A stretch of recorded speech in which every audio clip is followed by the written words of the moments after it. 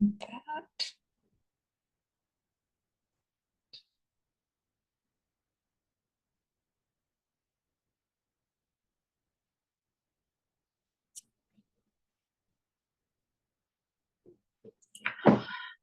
Okay, so today's lab lecture is going to really be divided into three parts. The first part is going to be what I think are fairly straightforward definitions.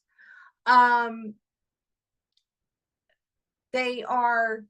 of these definitions are like the ground state and excited state are, that's all they are. Is they're going to be definitions. They're not going to be definite. It's going to be being able to recognize whether something's in the ground state or excited state.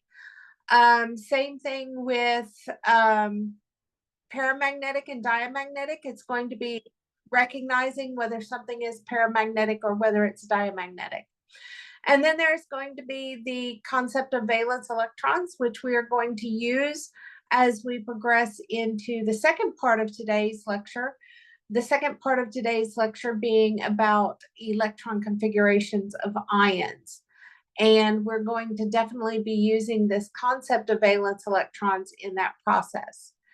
The third part is going to be the beginning of trends associated with atoms and ions.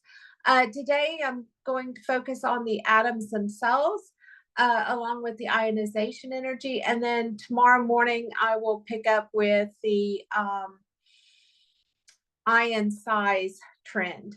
Now, that being said, let me just give a little bit of insight into tomorrow.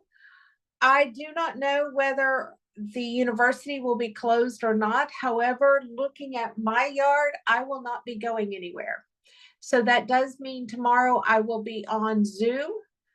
And most likely I will find additional time for some additional office hours for tomorrow. So look for that. I will post it as soon as I have a chance to actually dig in and find some office hours. So again, tomorrow we will be meeting via Zoom for a lecture, and I will try to find some office hours as well. And then the other aspect is today's lecture is going to be divided into three parts: definitions, ion electron configurations, and finally some trends with respect to atomic size and ionization energy. Okay, any questions before I get started?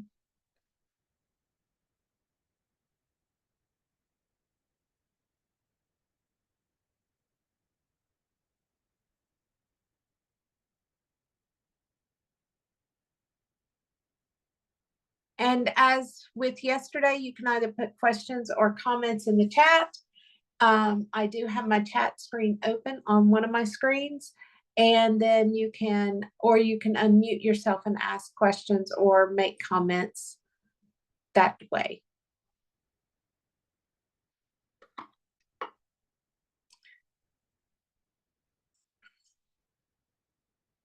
Okay. So the very first thing we're going to talk about is ground state electron configurations compared to an excited state electron configuration. What we have been doing on Thursday and yesterday is we have been developing the ground state electron configurations, meaning that the electrons have filled into the atom as expected. So we have filled in the 1s subshell first, then we went to the 2s subshell, then we went to the 2p, and then the 3s, and then the 3p. That is what I mean by a ground state electron configuration. So with so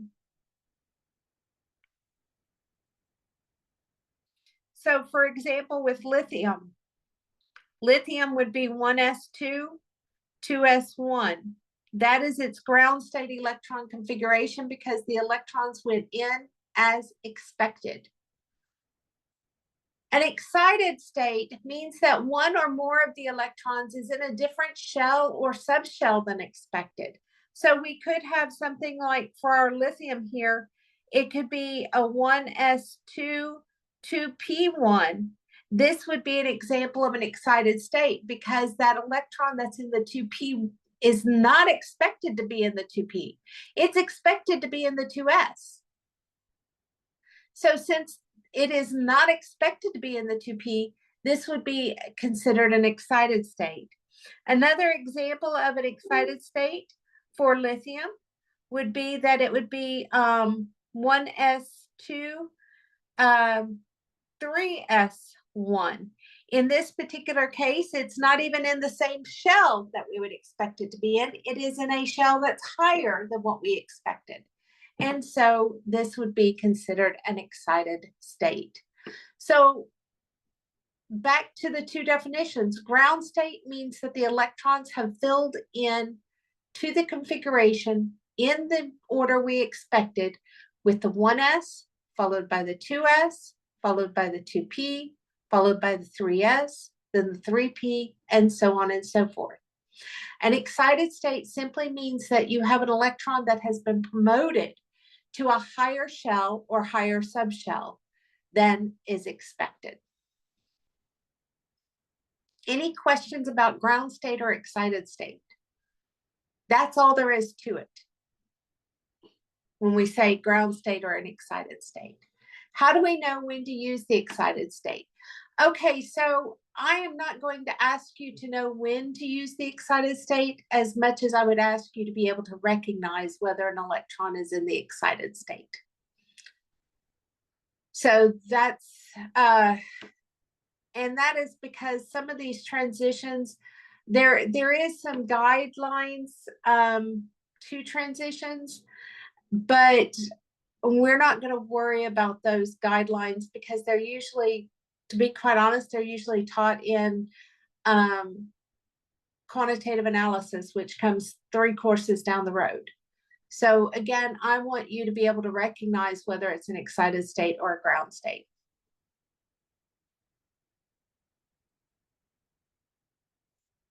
Other questions?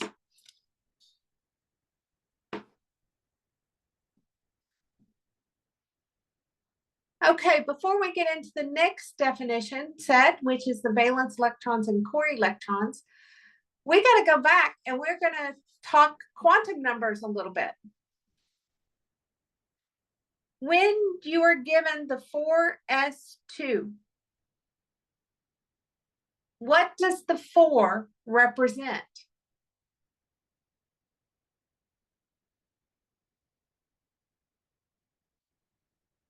It represents the N value, or in other words, the shell.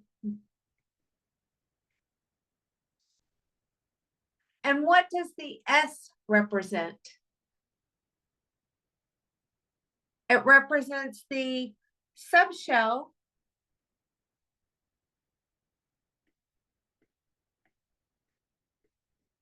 or L value. And finally, what does the 2 represent?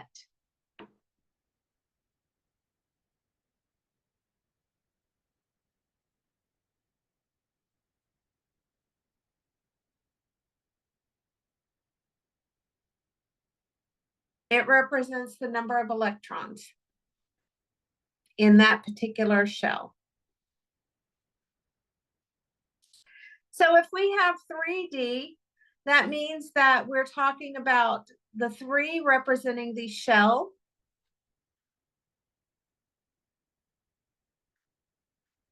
or N value, the D representing the subshell,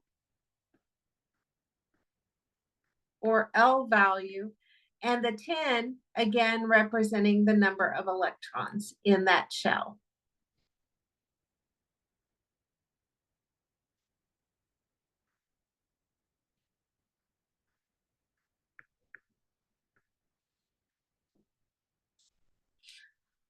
Okay, that understanding that is extremely important in being able to understand valence electrons compared to core electrons.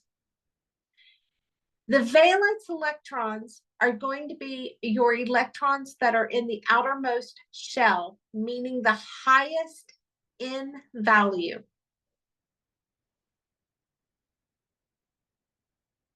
Again, your valence electrons are going to be the electrons in the outermost shell, meaning the highest in value.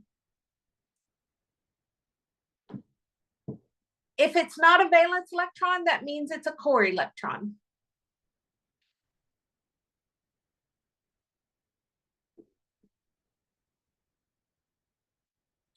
So let's apply that knowledge to a few elements here.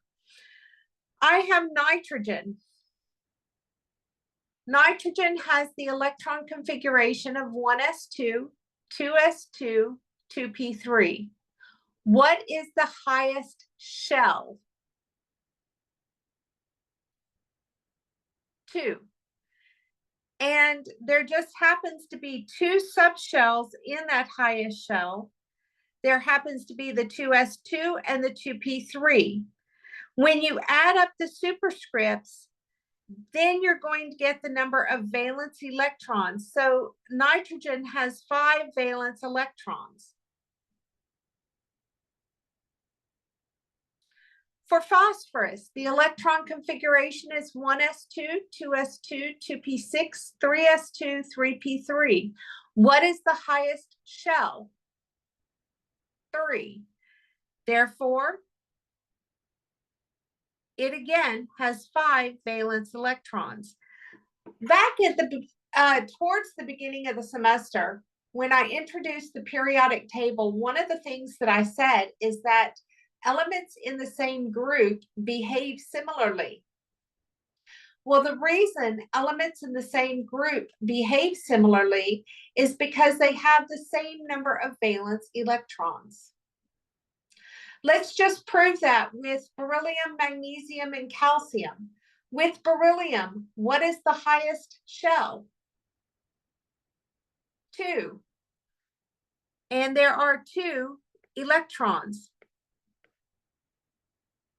How about magnesium? What is the highest shell? 3. And there are 2 valence electrons. And what about calcium? 4. And there are 2 valence electrons. So again, beryllium, magnesium, and calcium behave similarly because they have the same number of valence electrons.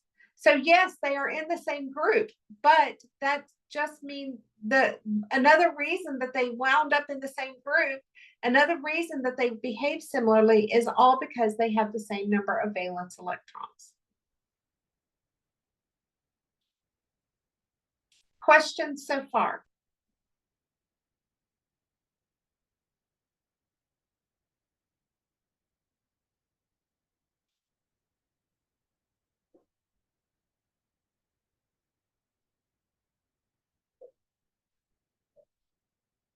Okay. So, does anybody remember what group numbers represent the main group elements?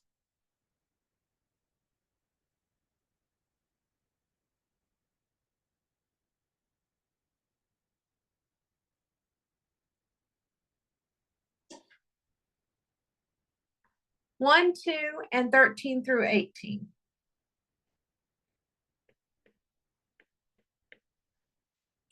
The neat thing about the main group elements is it just so happens that the number of valence electrons is equal to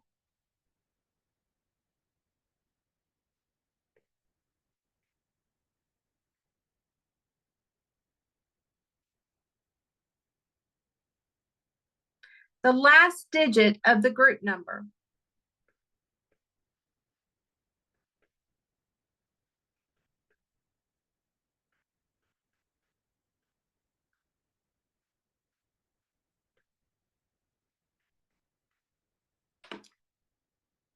So if I ask you what the number of valence electrons are for the noble gases, what would you say?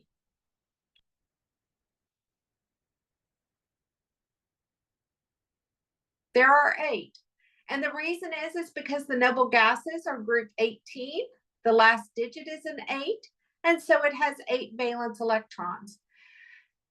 We're going to find that that concept, known as the octet rule, is important in a number of things that we will be doing. We're going to find that it is important when we start talking about the ions that the main group elements form.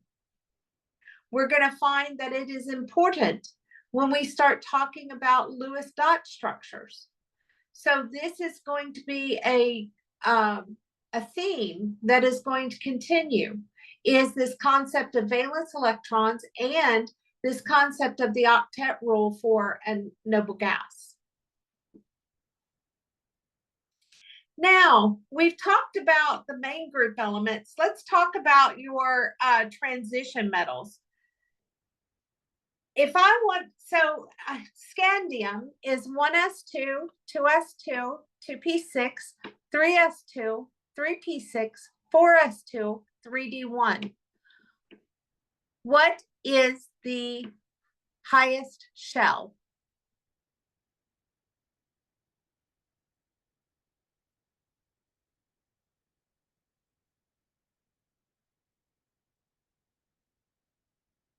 It is 4. And there are 2 electrons in there, meaning that that scandium has 2 valence electrons.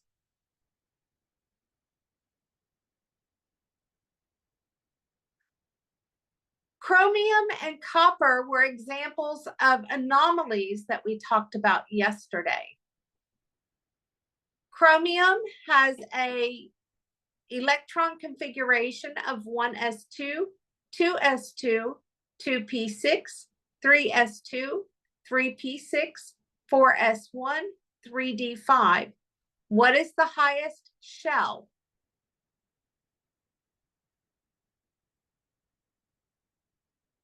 4. And there is 1 electron. So chromium technically only has 1 valence electron. We would find the exact same thing with our copper. It's going to have 1 valence electron. So what can we say? Transition metals. With respect to your transition metals, if it's group 6 and group 11, they tend to have 1 valence electron.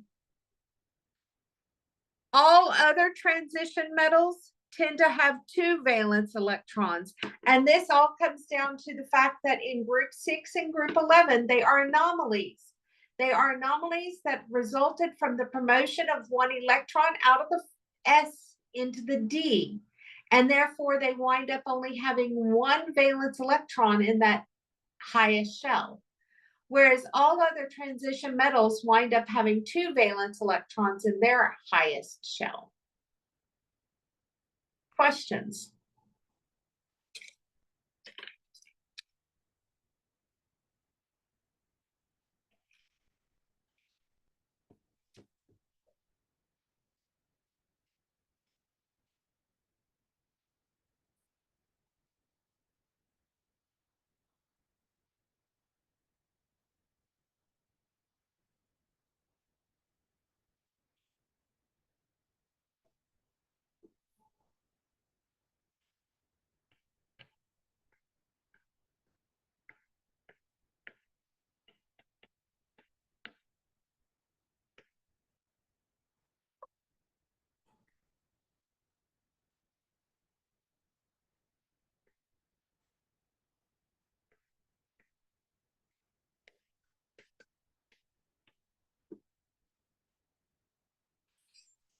Okay.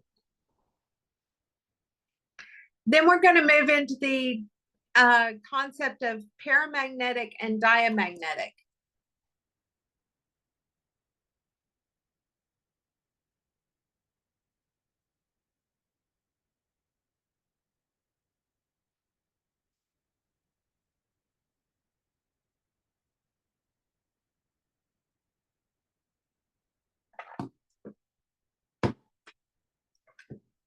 Okay, so paramagnetic and diamagnetic is going to be most easily seen when you're working with the box diagrams. Basically, paramagnetic and diamagnetic describes whether something is attracted to a magnet.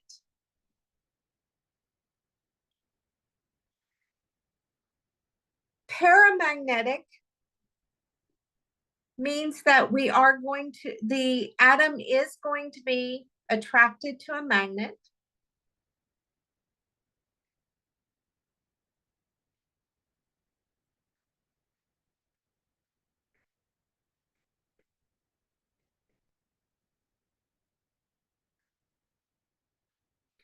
Because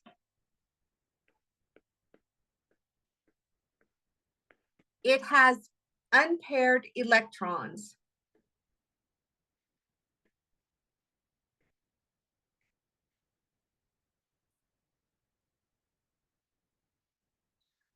Whereas a diamagnetic is going to be an atom that is not attracted to a magnet.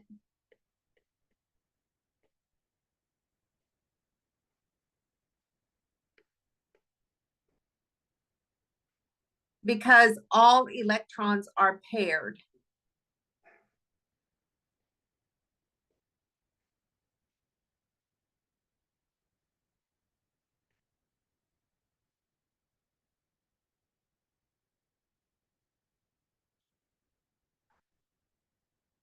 Here are two examples. We have nitrogen and we have neon.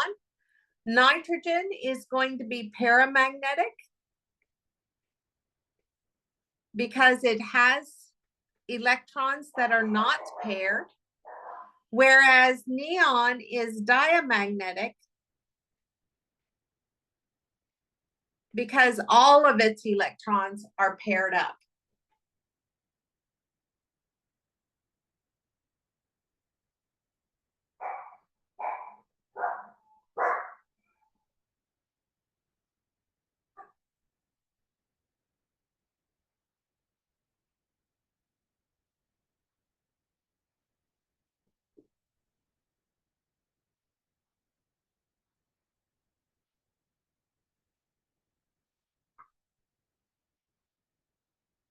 Questions about paramagnetic and diamagnetic?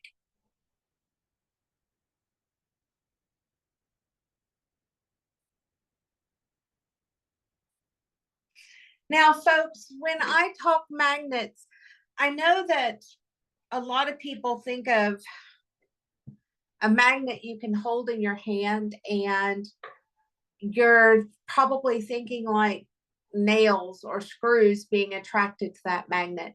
And that is a valid concept. That is an example of a alloy or a material that is made up of a paramagnetic atom. But I have also said that nitrogen is paramagnetic, and that one is something that we can't physically hold, but in the right type of instrumentation, we can see that it is magnetic. So it's not something that is tactile, that we can actually manipulate with our hands. But once you put it in the correct instrument, you can see that it is paramagnetic.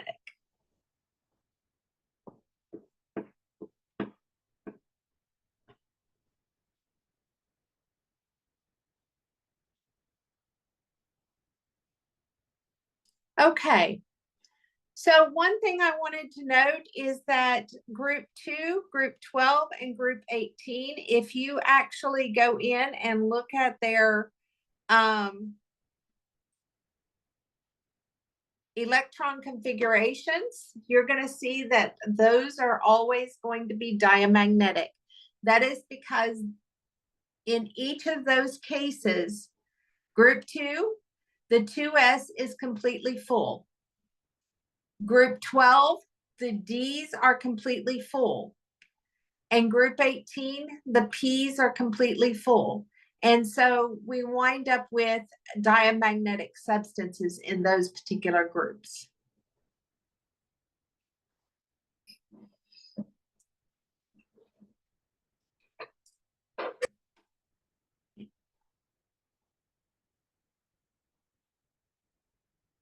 Okay.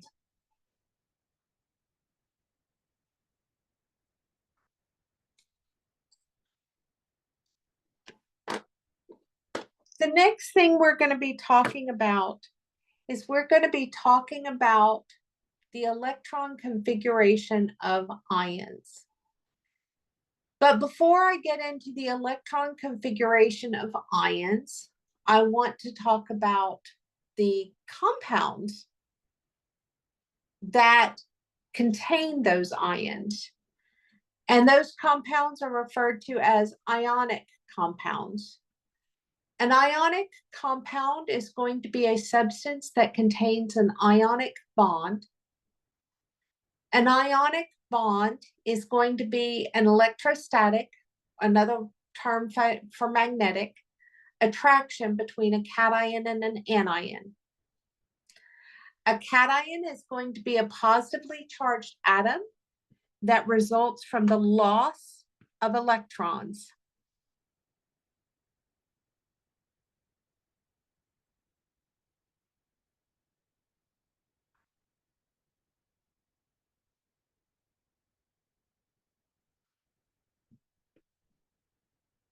If I can get my highlighter to work, it would be nice. There we go.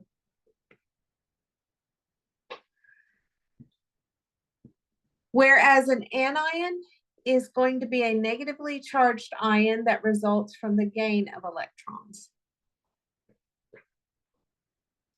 Now, the number of electrons gained or lost is related to the electron configuration of the atom, and basically it's related to its valence electrons or the stability that the atom can obtain by gaining or losing those electrons with respect to its electron configuration.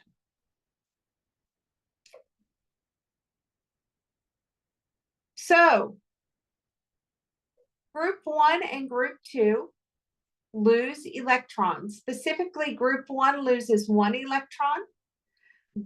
Group 2 loses 2 electrons. And when they lose those particular electrons, they're going to obtain the exact same electron configuration as the nearest noble gas. Your nonmetals and metalloids are going to gain electrons. And the number of electrons that the nonmetals and metalloids gain is going to be related to the number it takes in order to obtain a noble gas configuration. For group 15, that means it's going to gain 3 electrons, because when group 15 gains 3 electrons, it has the electron configuration of a noble gas. For group 16, it's going to gain 2 electrons, because when it gains 2 electrons, the ion is going to have the same configuration as a noble gas. And group 17 gains 1 electron, because when group 17 gains that 1 electron, it has an electron configuration of a noble gas. So with group 1 and 2 and your nonmetals and metalloids, the number of electrons gained or lost is directly related to the number needed in order to obtain the nearest noble gases configuration.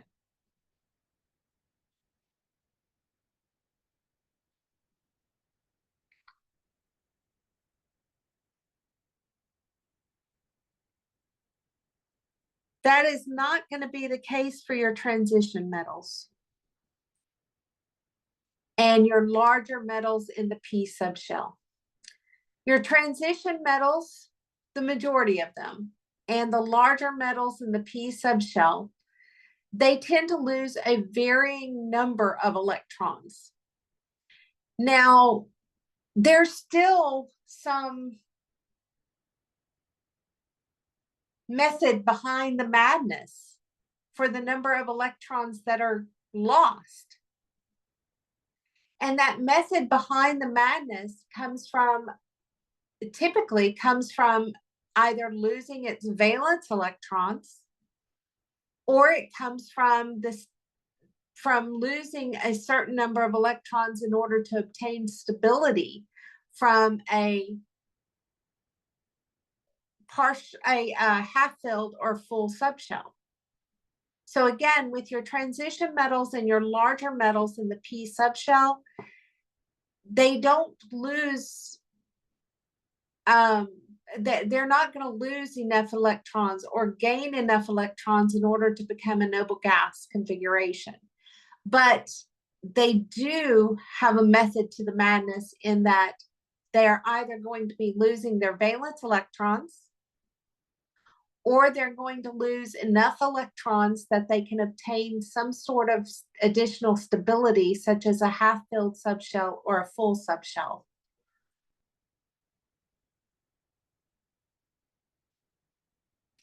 So what we're going to do now is I am going to actually illustrate these last three pieces using various elements so that you can see it in action.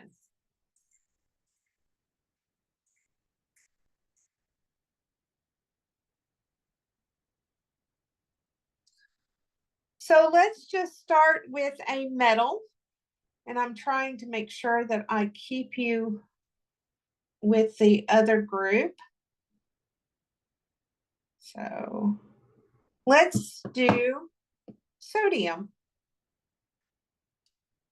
Sodium has the electron configuration of 1s2, 2s2, 2p6, 3s1.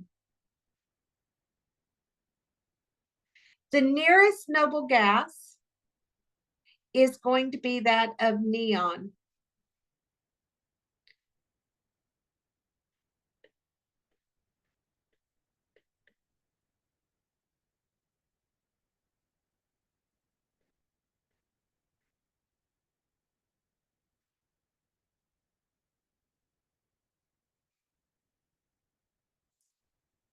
I think I'm going to have to buy a new tip to my pen. And with neon, it has an electron configuration of 1s2, 2s2, 2p6. In other words, if we allow sodium to lose one electron, it will obtain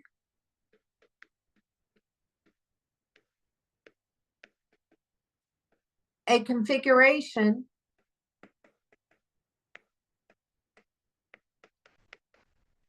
like that of neon.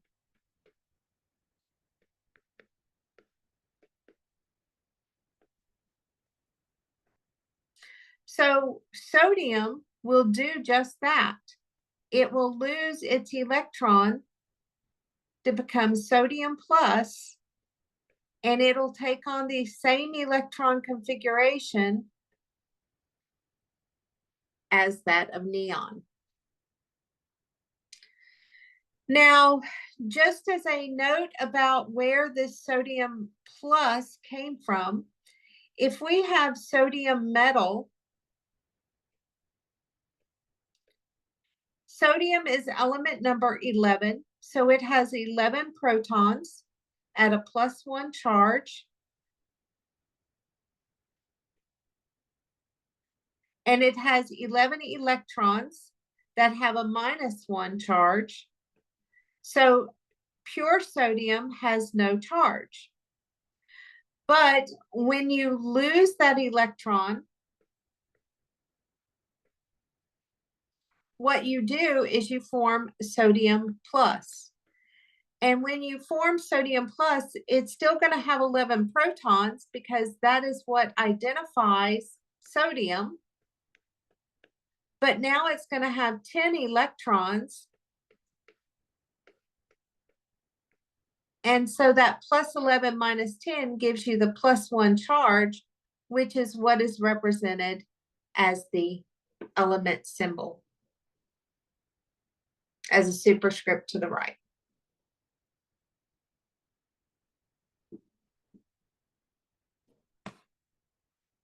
Let's look at another example. Let's look at beryllium. Beryllium has an electron configuration of 1s2, 2s2. The nearest noble gas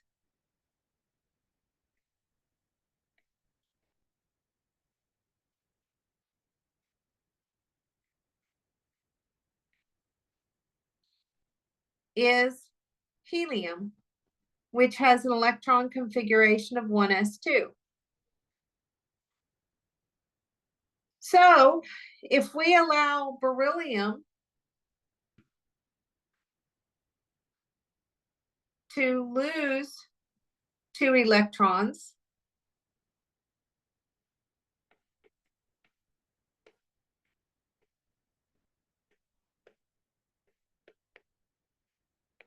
it will obtain a configuration similar to that of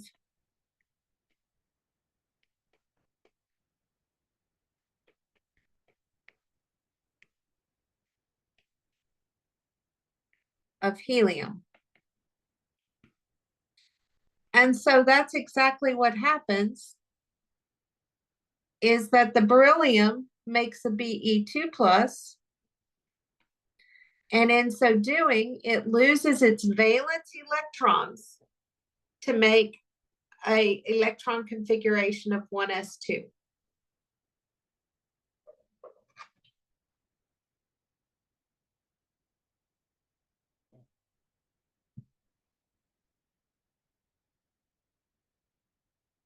So just like with our sodium metal, we can look at beryllium metal. Beryllium is element number 4, so it has 4 protons at a +1 charge for +4. It has 4 electrons for a -1, so -4. That means beryllium by itself has no charge. But when it loses 2 electrons, it becomes Be2 plus, and it's still going to have 4 protons because that can never change. But now it's only going to have 2 electrons. And so that is where the charge comes from of a +2.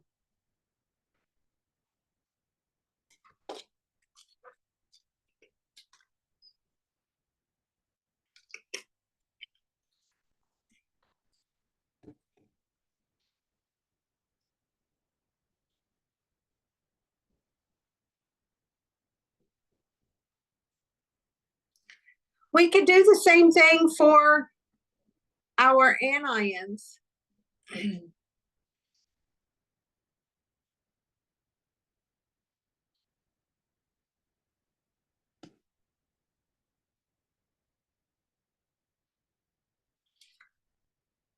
Fluorine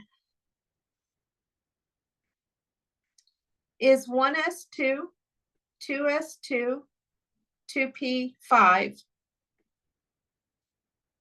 The nearest noble gas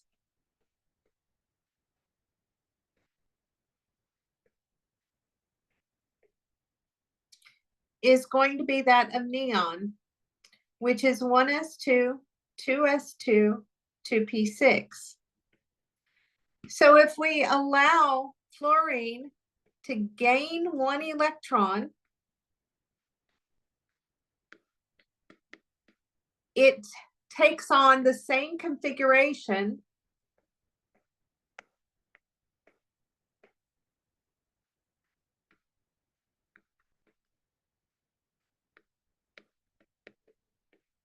as neon.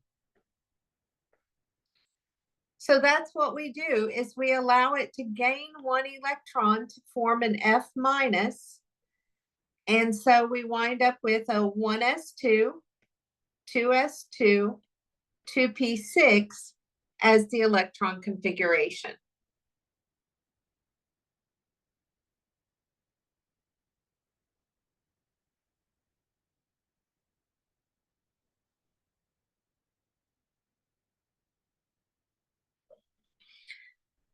We can do the same thing with phosphorus.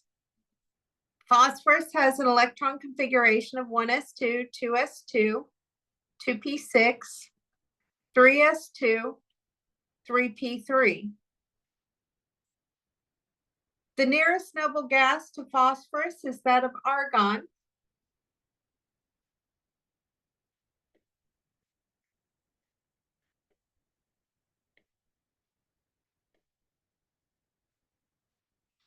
And so argon has an electron configuration of 1s2, 2s2, 2p6, 3s2, 3p6. In other words, if we allow phosphorus to gain 3 electrons, it takes on the configuration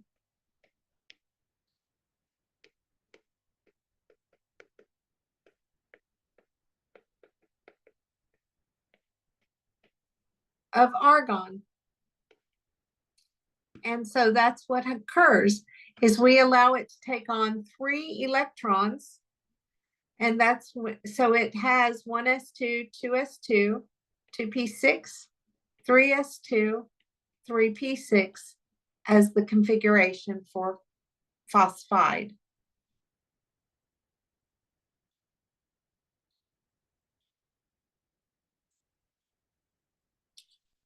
So again, with respect to your group 1, group 2, they're going to lose electrons to obtain the nearest noble gas configuration. With respect to your group, your nonmetals and metalloids, they will gain electrons to take on the nearest noble gas configuration.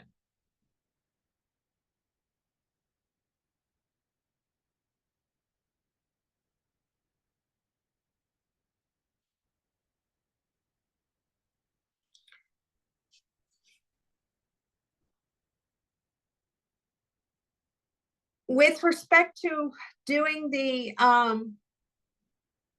charges, again, we can look at, let's just look at phosphorus.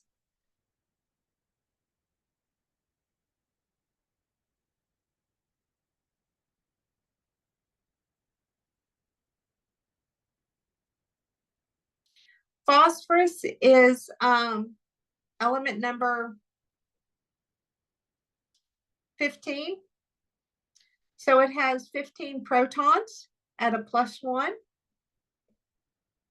And it has 15 electrons with a -1. So that is where phosphorus gets its negative, it's a 0 charge. But if we gain 3 electrons, then we wind up with P3 minus. So we still have 15 protons because it is still phosphorus. But now we have 18 electrons at a -1. So that's a -18 for a total of a -3. And that's where the charge comes from.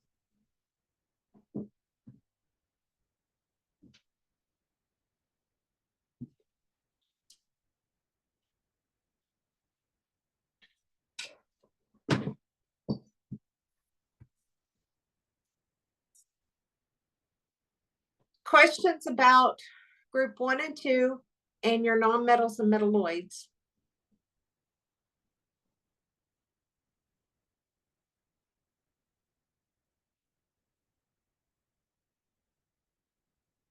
The third category that I was going to work discuss were your transition metals and your larger p subshell metals. Transition metals and larger p subshell metals can have more than one charge, meaning that they can lose differing quantities of electrons. Now, when the transition metals and the larger p subshell metals lose electrons, the first electrons they're going to lose are going to be their valence electrons.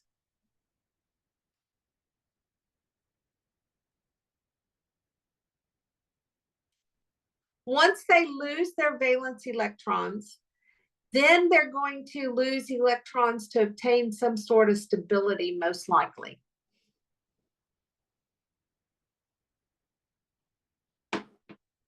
And I say most likely because that's not always the case, but frequently that is the case. So to see this in action, let's work with iron. Iron has the electron configuration, and I'm going to use the noble gas configuration at this point. Iron has the configuration of argon, 4s2, 3d6. If we look at the box diagram for the outermost electrons,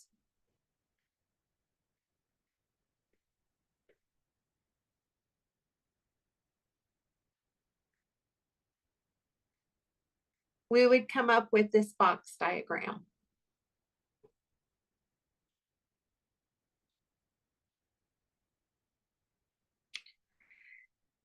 Now, one of iron's favorite charges is iron 2+.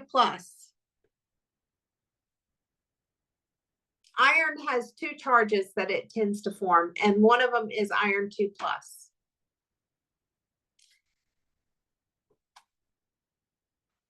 Iron 2+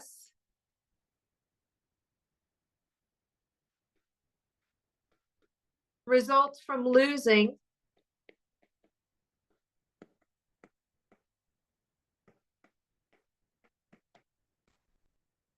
iron's valence electrons.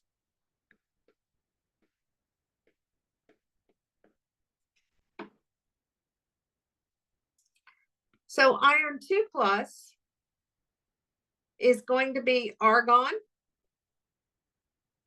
3d6, meaning it lost its valence electrons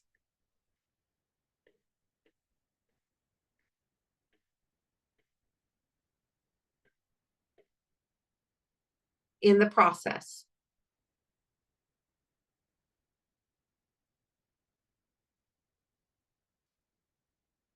Now, the other charge that iron likes to make is iron 3+.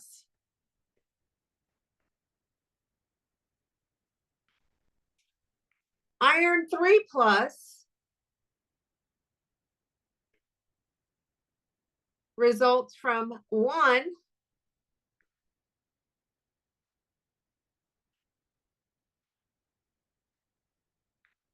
losing the valence electrons. But then, as a second part, the loss of the third electron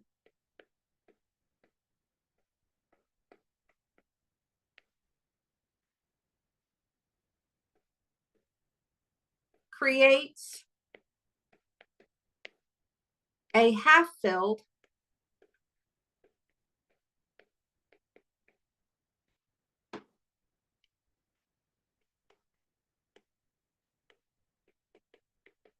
subshell.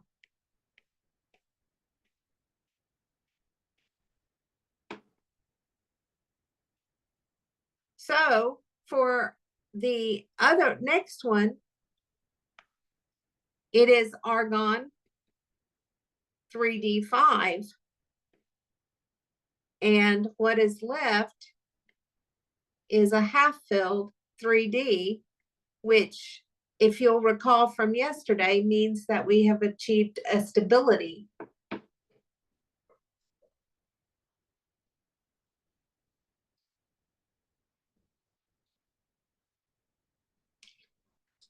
Again, this is not always the case for every single transition metal,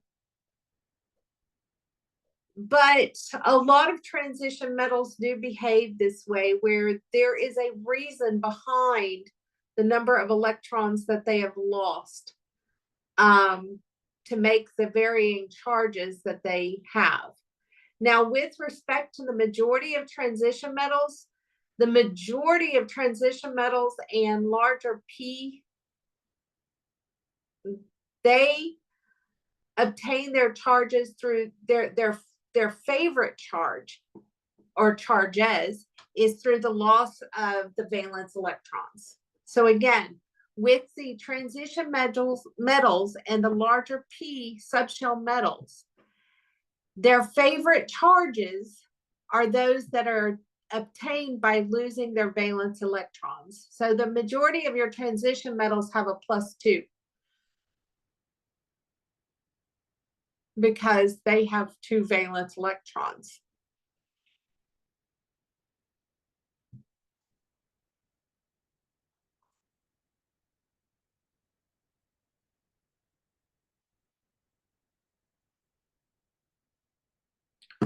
Questions?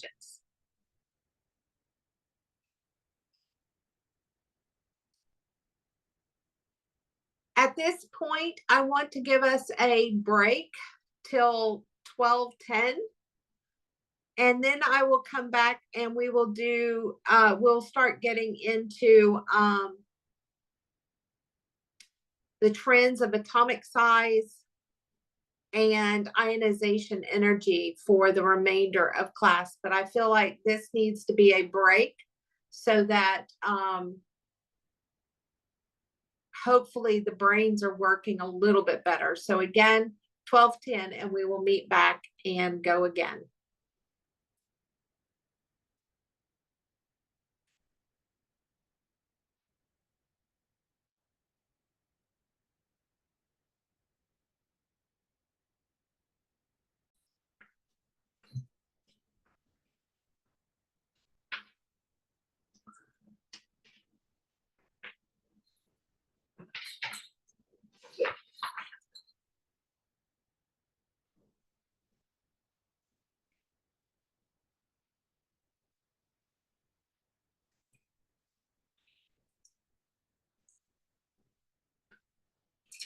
Okay, so let's get back at it. The next thing we are going to be talking about is trends in atomic size, ionization energy, and then tomorrow I'll discuss the trends in ion size. Now, to discuss the trends in atomic size, which quickly leads us to ionization energy, there are 2 concepts that we must discuss first. The first concept that we need to discuss is the effective nuclear charge, otherwise known as Z effective. And basically, Z effective describes how strongly the protons in the nucleus pull on the electrons in the atom. The stronger the electrons are pulled in by the nucleus, the smaller the atom is going to be. And that makes sense if you think about magnets. If they're far apart, a positive end of a magnet and a negative end of a magnet, that means that you're going to have a decent distance, a decent size. But when they're brought together, they're that size is much smaller. So again, the Z effective is describing the effective nuclear charge. It's how strong the protons in the nucleus pull on the electrons in the atom. And what we're going to do is we're going to be using Slater's rules to determine the Z effective for the outermost electron in the atom. Z effective is going to be particularly important when we talk about atomic size across a period. Now, the second factor that comes into play in atomic size is shielding. And you can kind of think of a shield as a wall. If you put up a wall between, let's just talk about a medieval shield. A medieval shield is going to be something, where we put a shield between us and somebody else. When we talk about shielding with an atom, that's exactly what we're doing, is we're putting up something between us, in this case, the nucleus, and somebody else, in this case, the outermost electrons. And if you put a shield in there, it's going to impact the ability for the nucleus to attract those electrons. If there's a wall in the way, the likelihood of the nucleus attracting the electrons is going to get slim. And if you put two walls in the way, it's going to get even smaller, and so on and so forth.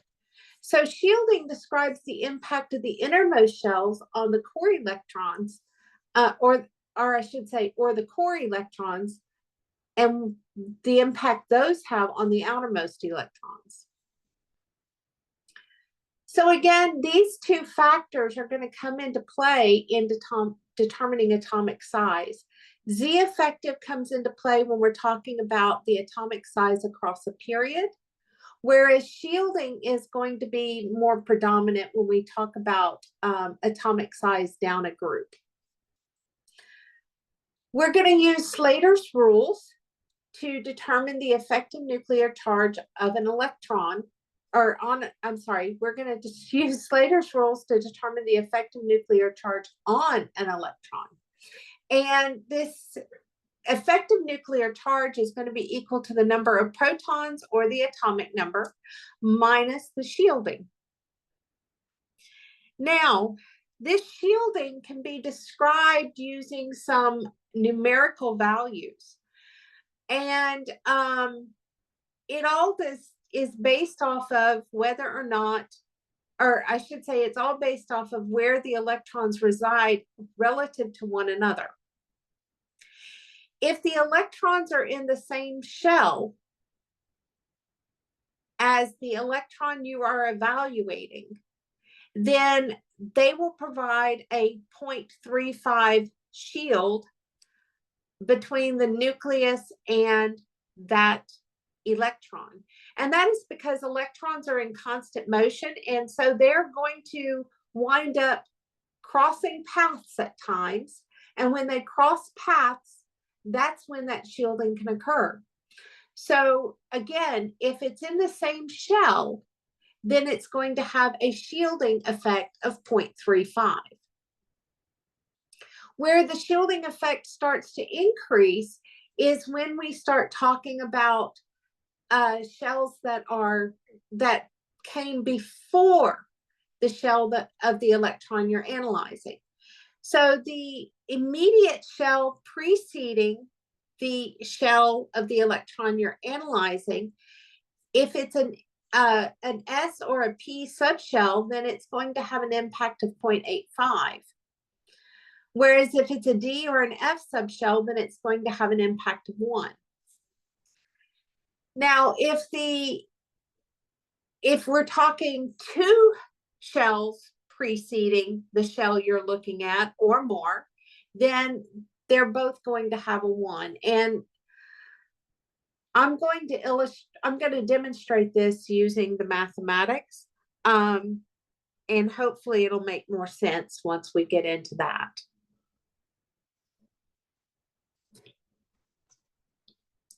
So let's look at beryllium.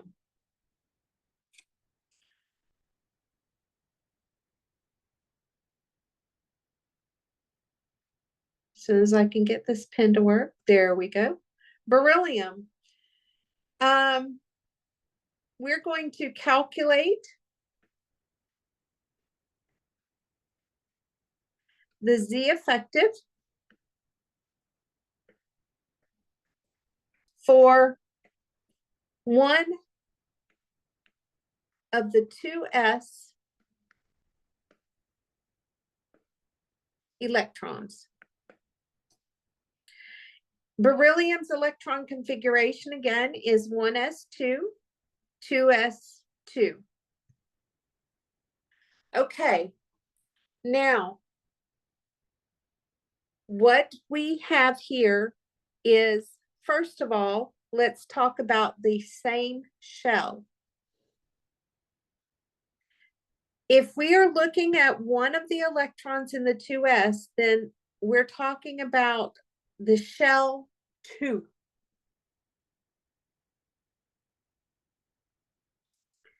Therefore, those electrons in the 2s would be in the same shell.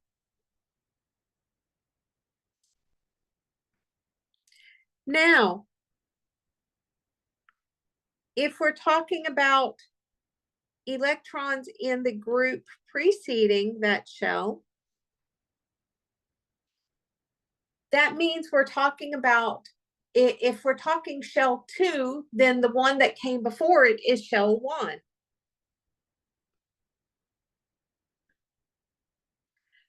So the next thing we look at is we're going to look at the fact that we are dealing with NS and NP. And so what it says is if it is in the same shell, it is going to have a value of 0.35.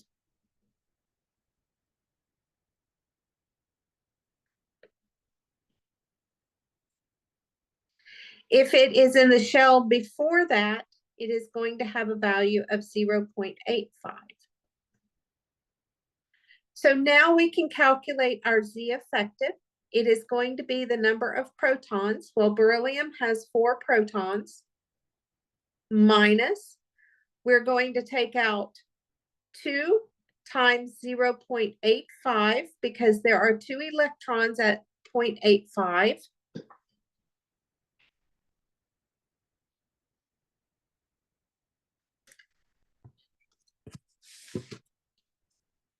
And then we're going to take out 1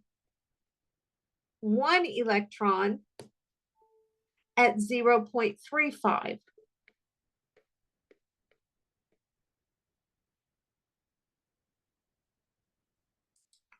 Yes, there are 2 electrons in the 2s, but I am analyzing for one of those electrons.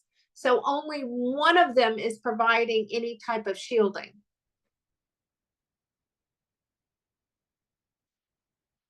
When you calculate this out, you get a value of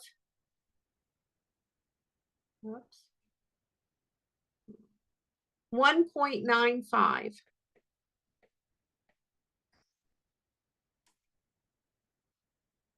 Whoa, sorry.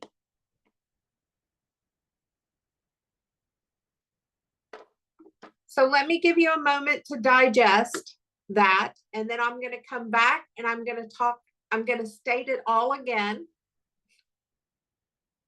so that hopefully you can follow along instead of having to write.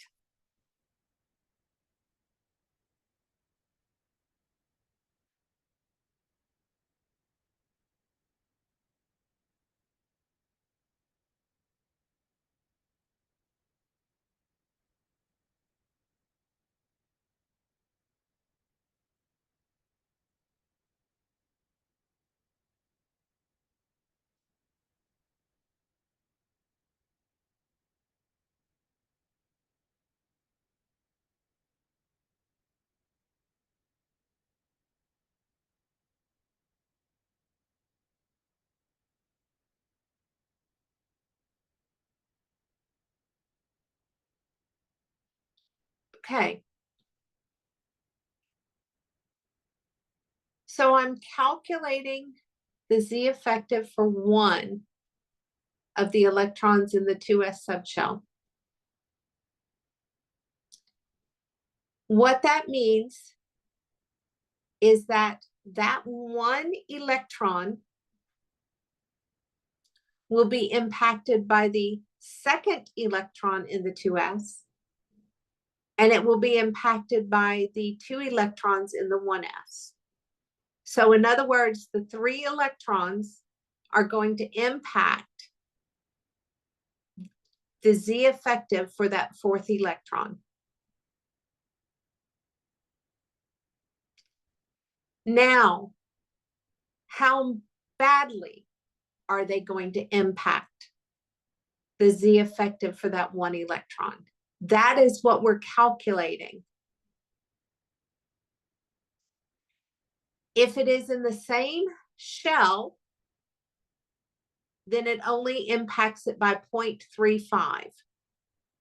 That is why we multiplied the 1 electron in the 2s by 0.35.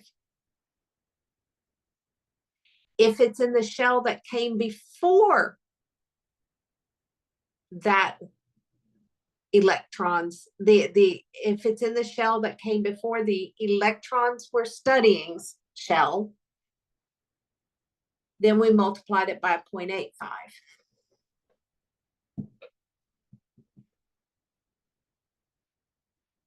And then we took the Z effective is equal to the number of protons minus the shielding, and we come out with a value of 1.95.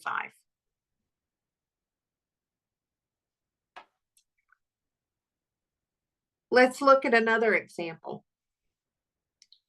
Let's look at nitrogen.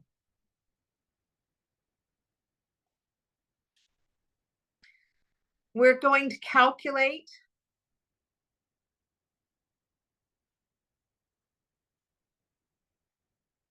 the Z effective for one of the 2p electrons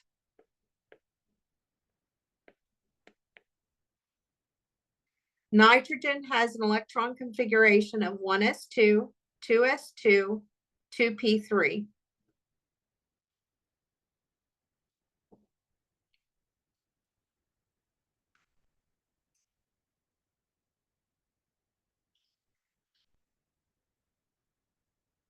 The first thing we're going to do is determine whether it's the same shell or where it exists. So because these we're looking at one in the 2p,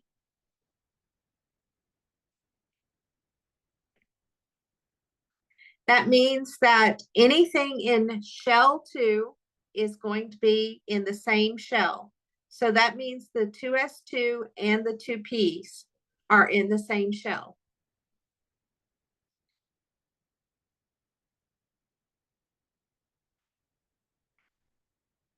Then we have the group that preceded that shell. So if shell 2 is the one we're analyzing, then the shell that preceded it was 1.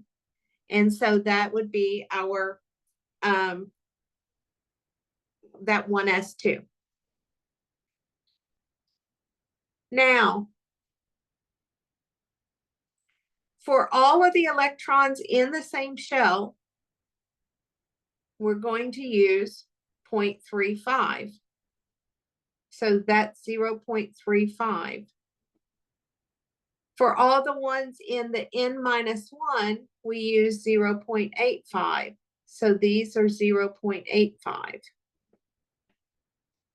So to get our Z effective, it is going to equal the number of protons, 7, minus 2 times 0.85, that takes care of our electrons in the 1s, plus, in this case, it's going to be 4 times 0.35, because those are the electrons in the second shell, other than the one we're studying.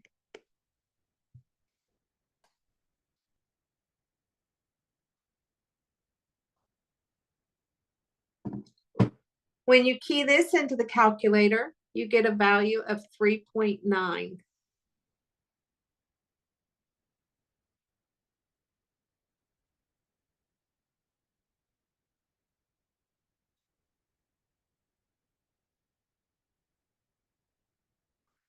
Let's look at oxygen. Oxygen is 1s2, 2s2, 2p4. And again, we're going to calculate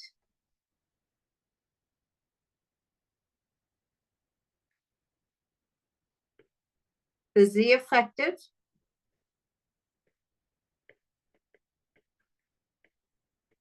for one of the two P's.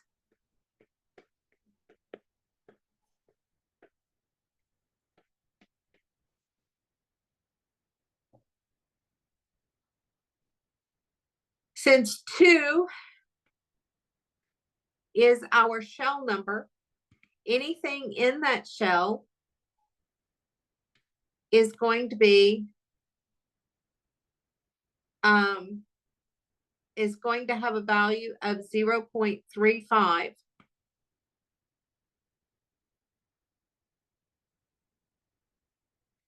Anything in the shell before that shell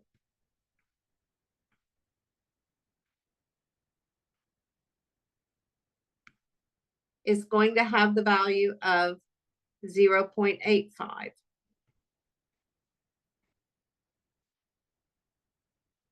So our Z effective is going to equal 8 because that is oxygen's atomic number, minus 2 times 0.85 plus 5 times 0.35. Again, notice we're omitting the electron that we're actually analyzing for. And this gives us a value of 4.55.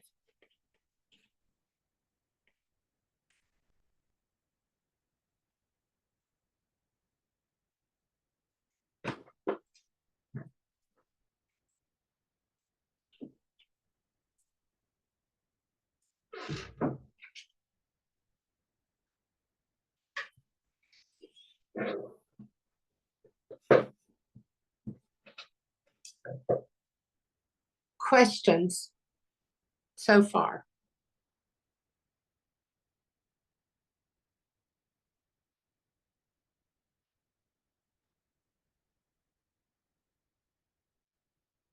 Okay, excellent question. Does the actual Z effective value have significance?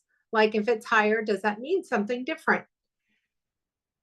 Okay, so the higher the Z effective, the more strongly the nucleus pulls on the outer electron. So oxygen, it means that the oxygen's atom, the nucleus, the oxygen is pulling on the outer electrons in that P subshell much stronger than the beryllium's atom pulls on the S electrons. Now, I want you to look at a periodic table and tell me what you notice about those Z effectives relative to the directionality in period 2.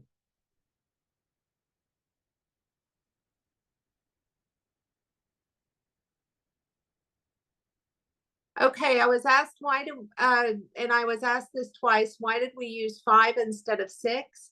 The answer is because you're never going to use that electron you're analyzing for. So if I'm analyzing for one of the two P's, I subtract out that number.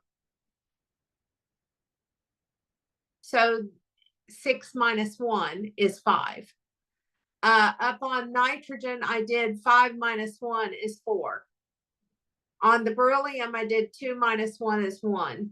So that's why is you never analyze for the electron you're actually, you're never going to include the electron you're analyzing for.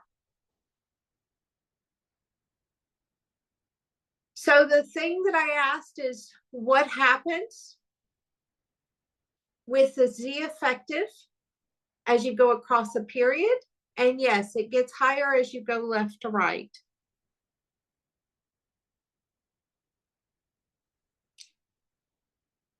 This is important because the further you go to the right, the higher the Z effective. What that means is the higher the Z effective, the closer the electrons are held to the nucleus, and therefore the smaller the atom will be. When in period 2, neon is the smallest of the atoms in period 2.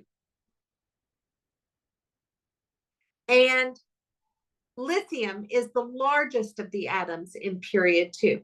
Now, folks, the reason I want to point that out is because it's kind of counterintuitive. Because you think about atomic size being related to the number of electrons and the number of protons, and lithium has fewer. But that's not what drives atomic size. What drives atomic size is the Z effective when you're going across a period. And so because when we go from left to right across the period, our Z effective increased, it meant that this atomic size was decreasing.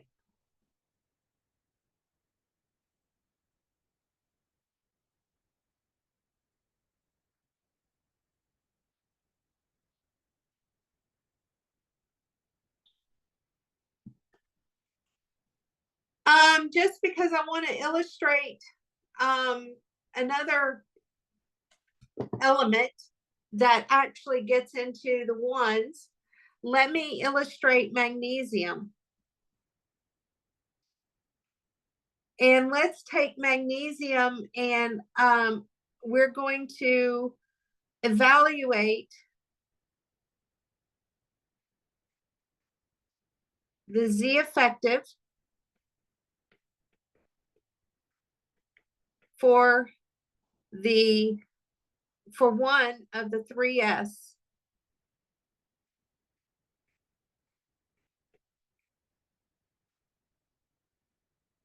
electrons.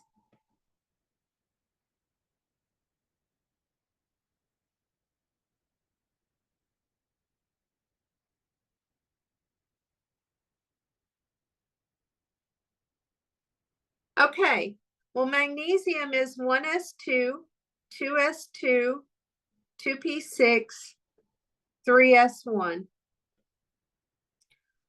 We're analyzing for one of the 3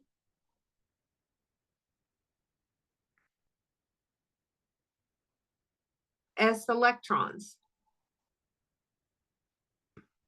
So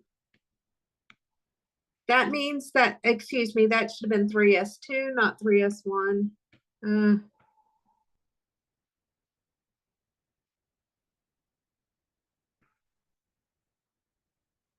So what that means is that this is the shell that your electron is in. If you go back to Slater's rule, this is the meaning the same shell.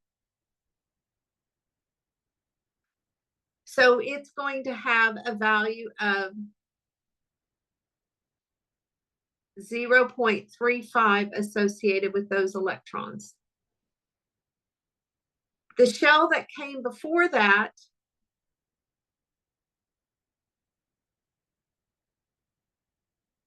is the 2s.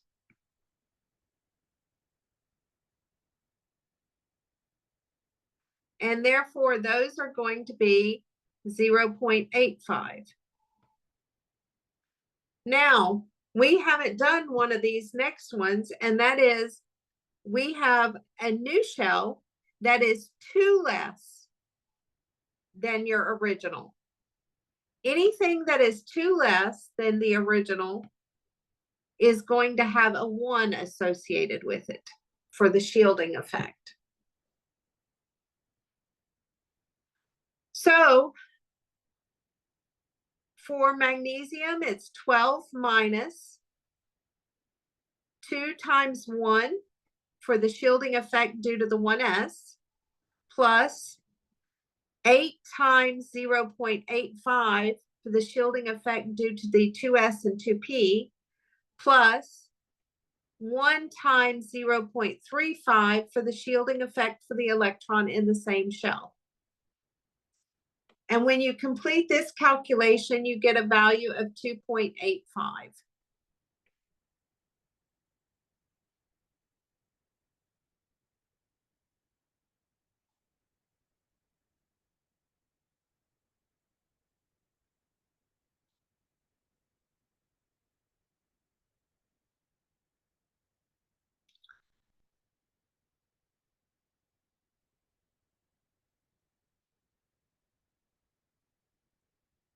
Questions?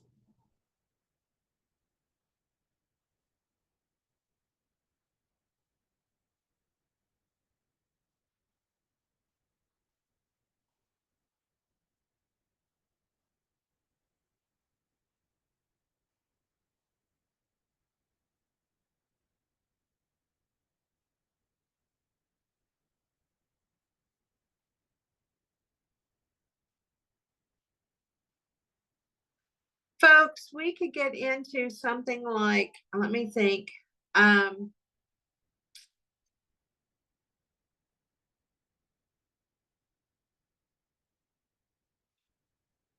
Let's do iron. And I'm going to evaluate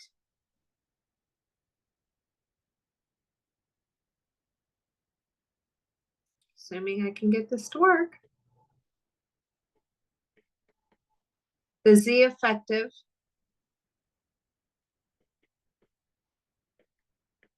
for one of the 4s electrons. Iron is 1s2, 2s2, 2p6, 3s2, 3p6, 4s2, 3d6, 3d6.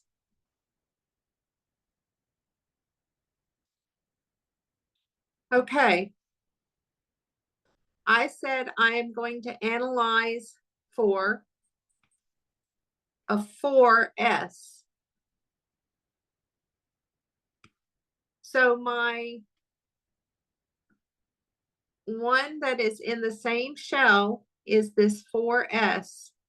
That is going to be the 0.35.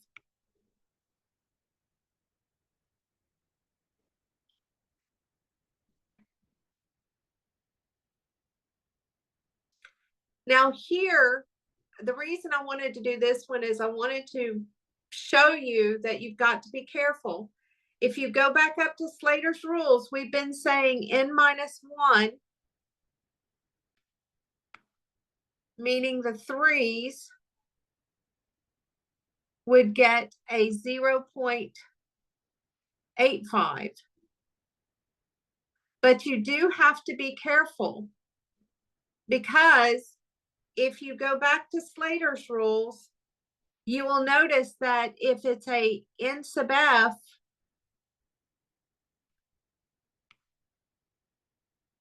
if it's an ND or NF,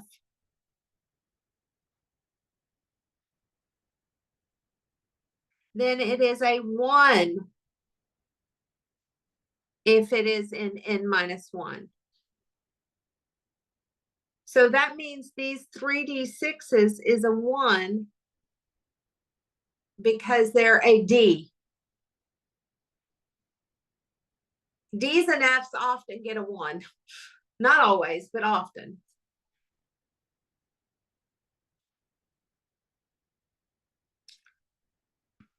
And then all of the rest of this was lower. And so it gets a 1.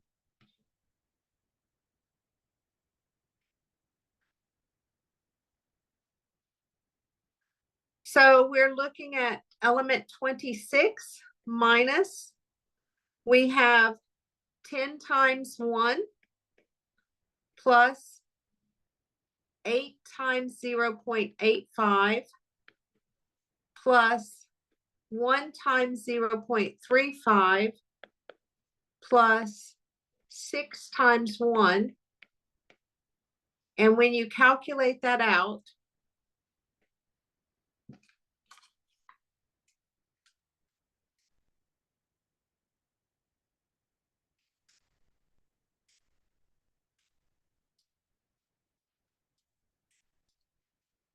you get a value of 2.85.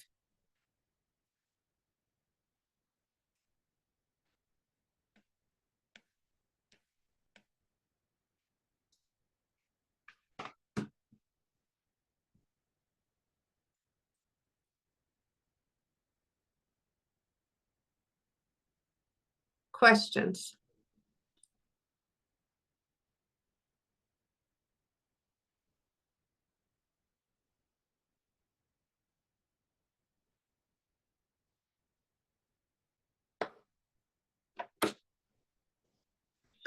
Is there any significance in the fact that magnesium and iron have the same Z effective?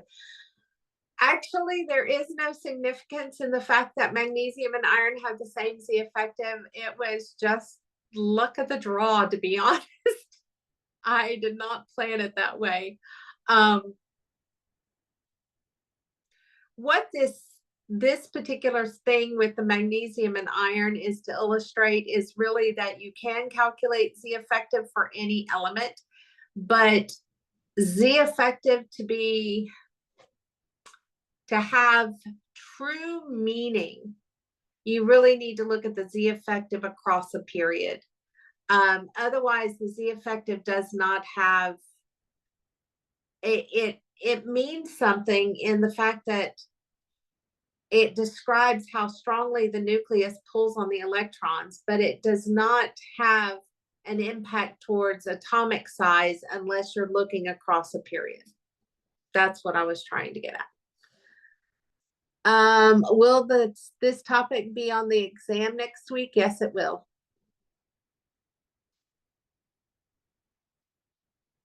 And there are optional homeworks and regular, and also a little bit in the active homework related to it.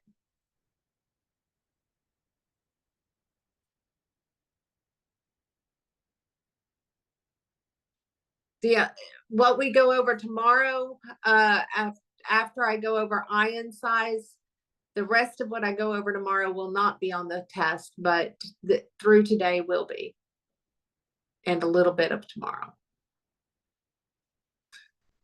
Okay, so trends.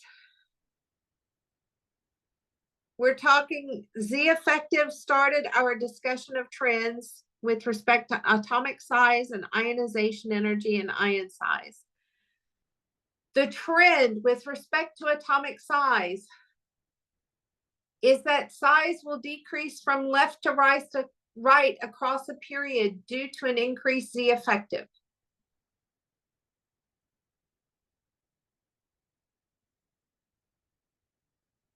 But size increases down a group because of increased shielding.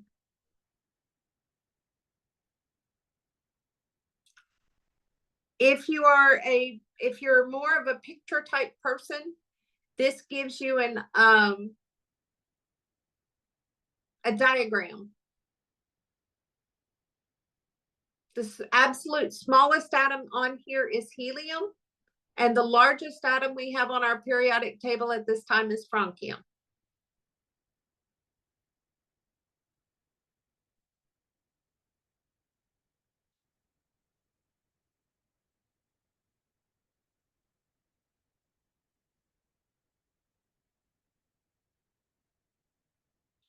And again, it boils down to, with respect to atomic size, as you go from left to right, size decreases because of Z effective increasing. And as you go down a group, size increases because of additional shielding.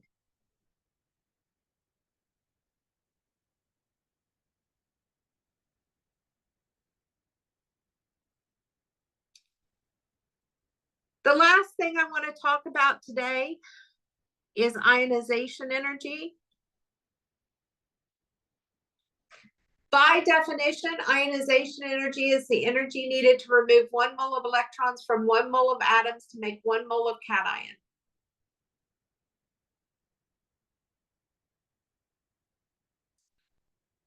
Now, ionization energy occurs in or ionization, I should say, not ionization energy. Ionization occurs in a stepwise fashion.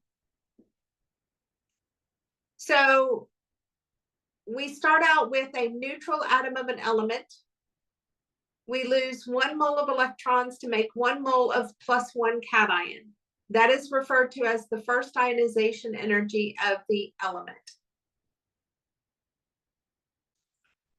Then that 1 mole of +1 cation can lose a second mole of electrons to form a +2 cation, and that is known as the second ionization energy of the element. And then the +2 cation can lose 1 mole of electrons to form a +3 cation, and that is known as the third ionization energy of the element. What I'm going to illustrate using magnesium is that each ionization energy increases substantially, but we're going to see the largest or the most dynamic increase anytime we have to break a noble gas configuration. And I'm going to let you catch up to me because I know there's a lot of writing on that screen.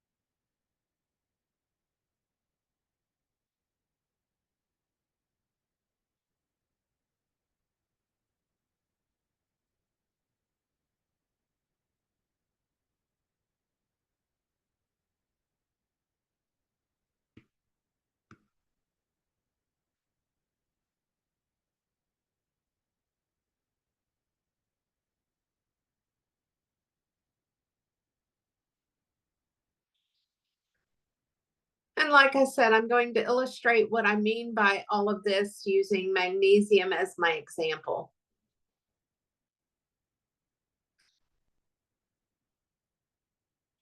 Magnesium has the electron configuration of 1s2, 2s2, 2p6, 3s1. I mean, excuse me, 3s2.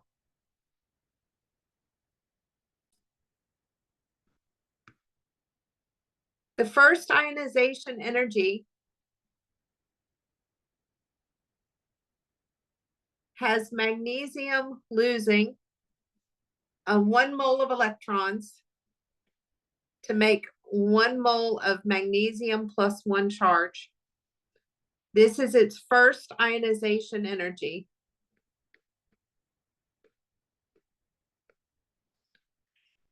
This process, where it goes to make magnesium plus with an electron configuration of 1s2, 2s2, 2p6, 3s1, costs 737.7 kilojoules of energy. It costs energy to make cations.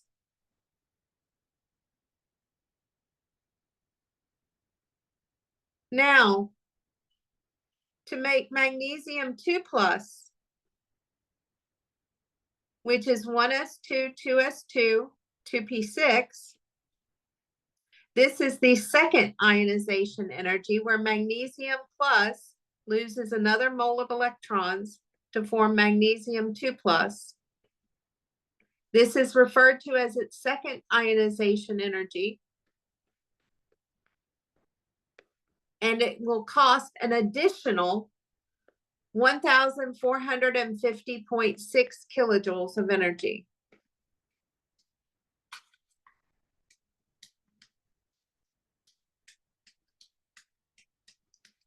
Meaning that to make magnesium ion,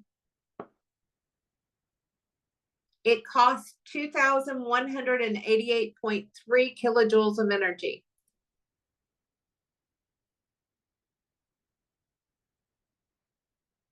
To make our normal magnesium ion, which is a +2, it would cost 2,188.3 kilojoules of energy.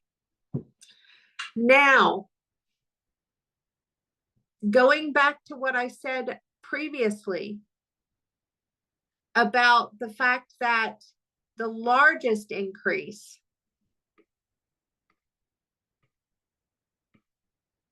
occurs when you break a noble gas. When we take that electron configuration and we make magnesium 3 plus, that's 1s2, 2s2, 2p5, meaning we broke a noble gas.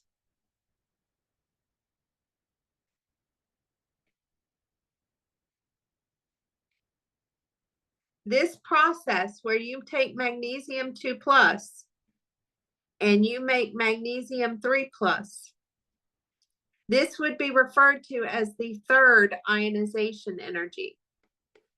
But that process cost 7,732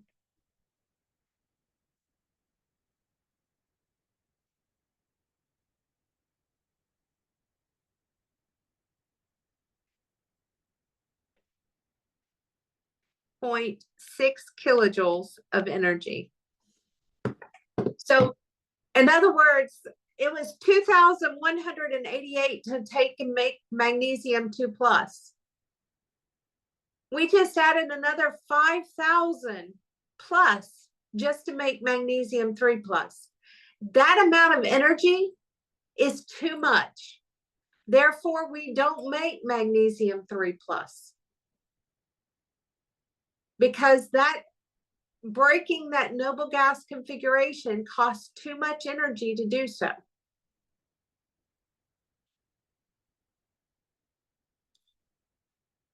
So, ionization energy trend.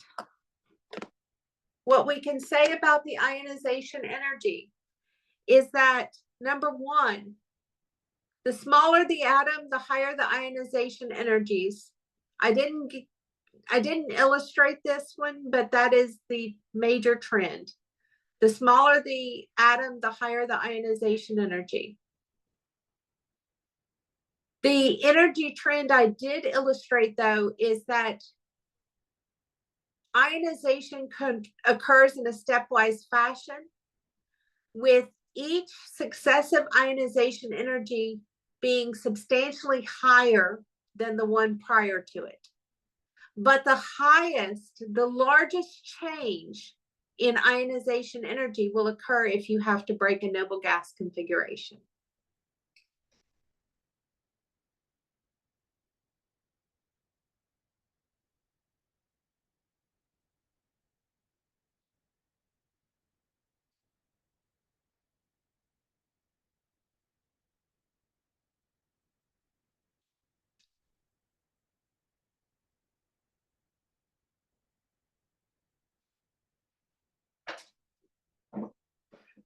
Okay, that is all I have for today.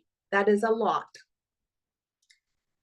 As soon as my videos are done processing, I will upload the video so that you can re-access the information from today. We will have class tomorrow, but looking at my road, I will be strictly online again. So we will meet via Zoom tomorrow. I will plan to have office hours tomorrow. I just need to look at my calendar and determine when. The other thing I will say is, other than iron size, you can do the homework that's due next week already. So if you're wanting to get a jump start on the homework and look at some of these questions related to Z effective and related to electron configurations of ions and ionization energy trends and stuff like that, you should be able to go ahead and do the homework for next week at any time. So that hopefully will help. Any questions? I will stay on for a few minutes and let you ask questions. Otherwise, I will see you tomorrow online.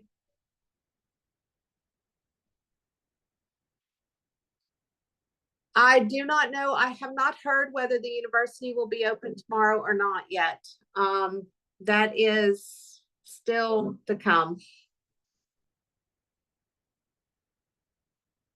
Have a good day. To you too, Garland.